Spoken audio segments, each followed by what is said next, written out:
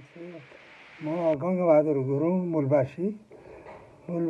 मूलवासी मैले मलाई किन भनेको भने अब हामीलाई के अरे जनजाति भनेको हुँदा हामी जनजाति भन्ने रुचाउँदैन। हामी मूलवासी हो, त्यस कारणले मूलवासी हो। हाम्रो वर्ण अथवा ऊ चाहिँ मङ्गोल भन्नु पऱ्यो। आर्य र मङ्गोल भन्नु, बाहुनहरू आर्य हो भने हामी मङ्गोल हो र हामी मूलवासी हो, उनीहरू आयातित हो। र यिनीहरूले नै अहिले हिन्दू धर्मको नाममा एकदमै ठुलो हुलहुल गरेर हामी जनताले ल्याएको गणतन्त्रलाई खारिज गरेर राजतन्त्र पुनः स्थापित गरेर पुनः हिन्दू धर्म नै स्थापित गर्ने भन्ने कुरा छ। उनीहरूले एउटा मार्क्स देखाएको छ। त्यो मार्क्स भनेको मैले के लाग्छ भने त्यो चाहिँ असार साउनको बर्खामा आएको भेलपानी अथवा भलपानीको हो। यो त्यो चाहिँ सधैँ टिक्दैन। त्यो भलपानी हिउँदमा हाराउँछ। यो जुन चाहिँ थाई मुलाहरू जस्तै नदी नाला थाई तिनीहरू मात्रै हुन्छ र बर्खामा त एउटा ठाडो खोलाले पनि मान्छे बगाउँछ, जताततै पानी देख्छ। त्यो अहिलेको अवस्था जुन चाहिँ हिन्दूहरूले ल्याएको अवस्था चाहिँ त्यही नै हो। अब हिन्दू चाहिँ हिन्दू धर्म अथवा हिन्दू भनौँ न, उनीहरूले हिन्दू फेरि पुनः हिन्दू राज्य भनेको हुँदा मैले यसको केही भन्नु जरुरी लाग्यो। हिन्दू भन्नेको चाहिँ हामीले धर्म त भन्छौँ तर धर्म होइन। यो चाहिँ एउटा आतङ्ककारी सृजना गर्ने संस्था जस्तो लाग्यो। अब त्यसकै नेता, त्यसकै अगुवाई, त्यसकै प्रवक्ता त्यो हेरौँ, त्यसको क्रियाकलाप र त्यसलाई समर्थन गर्ने चाहिँ हिन्दूवादी अथवा बाहुनहरू हो। यो बाहुनहरू यहाँको मान्छे पनि होइन रहेछ।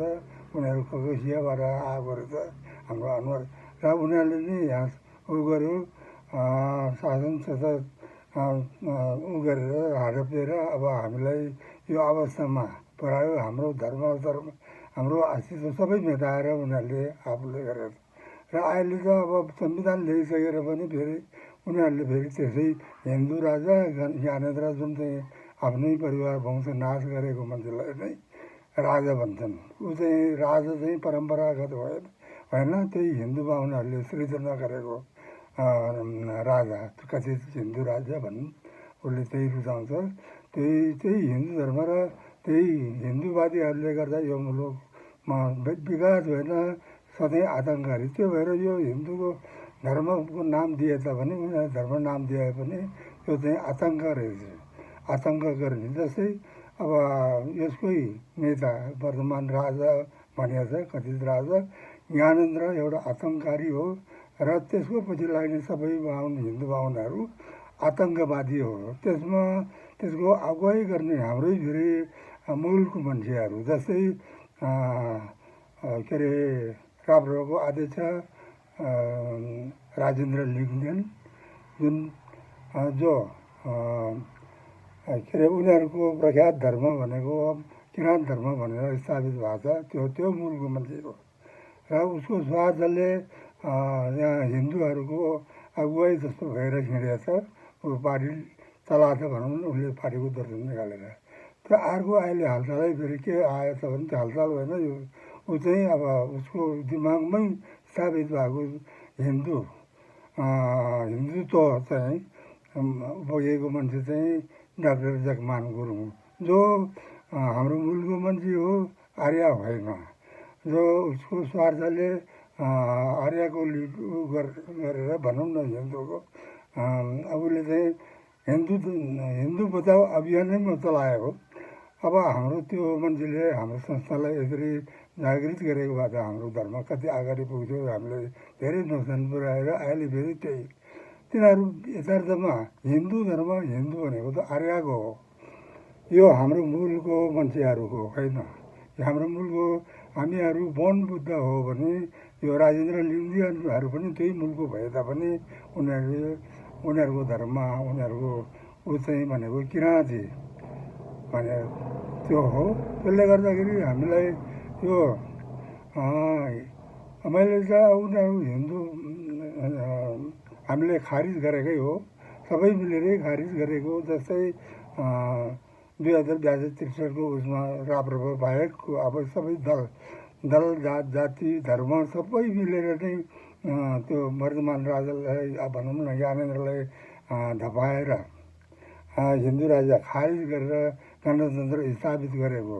त्यो गणतन्त्र भनेको सिंहदरबार पहिलाको मुलुकी ऐन पहिलाको के अरे संविधान सिंहदरबारमा केन्द्रित हुन्थ्यो र त्यसैले शासन गर्थ्यो भने अहिलेको वर्तमान सङ्घीय लोकतान्त्रिक गणतन्त्रको संविधान चाहिँ सिंहदरबारमा मात्रै सीमित छैन। यो चाहिँ नेपाल अधिराज्यभरको गाउँपालिकाहरूको र त्यसको वडासम्म यो स्थापित भएर त्यही अनुसारको कानुन बनेर त्यही अनुसारको काम गर्दाखेरि अहिले फेरि यो भलपानी आयो। यो भलपानी बाहुनवादी हिन्दू बाहुनवादीले चाहिँ उनीहरूले चाहिँ राजावादी भनेर भने त्यो राजा चाहिँ कसरी राजा भएर त्यो चाहिँ आफ्नो राजा हुनुलाई आफ्नो वंश नाश गरेर भएको राजा हो। त्यो त हाम्रो परम्परागत राजा त होइन। हामीले चाहिँ अब यहाँ वीरेन्द्रसम्मलाई राजा मान्छौँ। यो चाहिँ आतङ्ककारी, त्यो आतङ्ककारीको ऊ चाहिँ पछि लाग्नेहरू आतङ्ककारी अथवा आतङ्कवादी अथवा बाहुनवादी भन्नु। बाहुनको चाहिँ मनमै त्यो एउटा आतङ्क सृजना गरेर उनीहरूले आफ्नो त्यही सामर्थ्य आफ्नो पुरुषार्थ त्यही देख्छ र त्यही काम गर्दो रहेछ। विकास भएन यहाँ विकास गर्ने त कता हो फेरि ऊ गरिसकेको राजाले ल्याएर फेरि हिन्दू राजा अरे के भन्नु। तिमीहरू हिन्दू राजा भन्छ भने यो हिन्दूको मुलुक पनि होइन, तिमीहरूले सृजना गरेको मात्रै हो। यो चाहिँ आर्यको मुलुक होइन, यो त मूलभाषी बङ्गालको मुलुक हो। यहाँ मिलेर बस्छ भने यो नेपाल पहिला यो हालको लोकतान्त्रिक गणतन्त्रको संविधानभित्र बस्नु सक्छ र चाहन्छ भने ठिकै छ। अब त्यहाँ सबै जात जाति सबै धर्मीहरूकै हो। यो हिन्दू राजाको भन्ने चाहिँ हामीले कति पनि रुचाउँदैन। हिन्दू राजा अथवा बाहुनले राजा गर्ने हो भने यहाँ भएन जाने हो भन्दै मेरो आफ्नो कुरा। तपाईँहरू धन्यवाद।